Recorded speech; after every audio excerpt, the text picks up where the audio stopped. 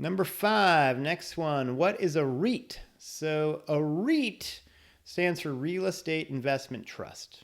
And a REIT's interesting in that it's a real estate investment, okay? But it's like, think of a company that buys and manages real estate. That's what the company does. It's like a real estate, either development firm or asset management firm. Maybe some real estate companies just do malls. Some do medical office. Some build shopping plazas all over the country. But the company is there to invest and make money in real estate. Take that kind of company, turn it into a stock, and now you have a REIT. So it's basically like a stock in a real estate company. Now, it's called a real estate investment trust because, well, I don't know exactly the details, but I can say that companies that fall under the real estate investment trust banner have different requirements in terms of distributing income and so on than a regular stock. There's a couple kinds of stocks. There's just a regular common stock. There is like unit trust. There's real estate investment trust. There's a few different types of setups for certain kinds of stocks, and they have a little bit of rules of how they operate and how they distribute profits to the shareholders.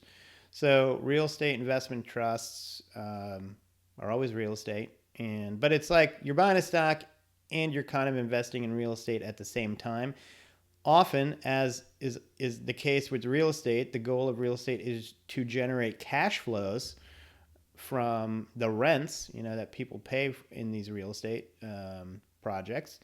And usually REITs have good dividends, essentially. They produce spendable cash for you on a monthly, quarterly, or semi-annual basis. So people like them to get exposure to real estate, get cash flow without investing directly in the asset where the real estate asset where it would be less liquid, more difficult to get in and out of.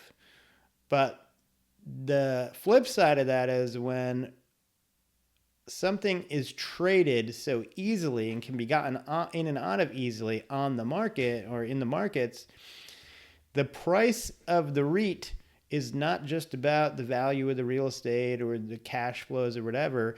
It is subject to trading volume and the market conditions overall. Whereas like real estate could be doing great, but the market in general is doing bad. So all REIT prices are dragged down with the market just because everyone's piling out, getting out of the market right now. Whereas if you had the money in those real estate investments directly, that may not be the case. You might not see as much fluctuation in the value of your equity in the real estate if it's not traded on a daily basis in the open market.